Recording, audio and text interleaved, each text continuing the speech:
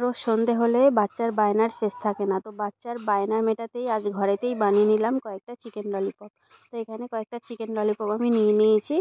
ললিপপের উপরে আমি লেবুর রস, নুন, গোলমরিচ, লঙ্কার গুঁড়ো আর আদা রসুন পেস্ট দিয়ে ভালো করে মেখে আমি 10 মিনিট রেস্টে রেখে দেবো। তো 10 মিনিট হয়ে গেছে। 10 মিনিট পরে আমি এখানে soya sauce, chilli sauce, tomato sauce, একটু ফুড কালার আর 2 চামচ ময়দা, 1 চামচ কর্নফ্লাওয়ার আর একটা ডিম দিয়ে ভালো করে মেখে আমি আধা ঘন্টা রেখে দেবো। তো ভালো করে আমার মাখা হয়ে গেছে। এবার আমি একটা কড়াইতে তেল গরম হতে দিয়ে দিয়েছি। তেল গরম হয়ে গেছে। এবার আমি এক এক করে ললিপপগুলো ভেজে নেব।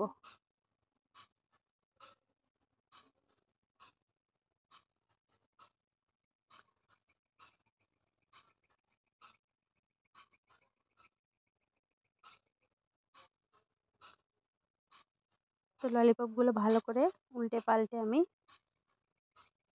ভেজে নেব।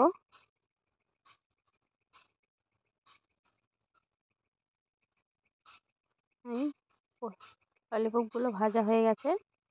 এবার আমি নামিয়ে নেব। বাকিগুলো আমি ভেজে নেব। তো বাকিগুলো আমার মোটামুটি ভাজা হয়ে গেছে।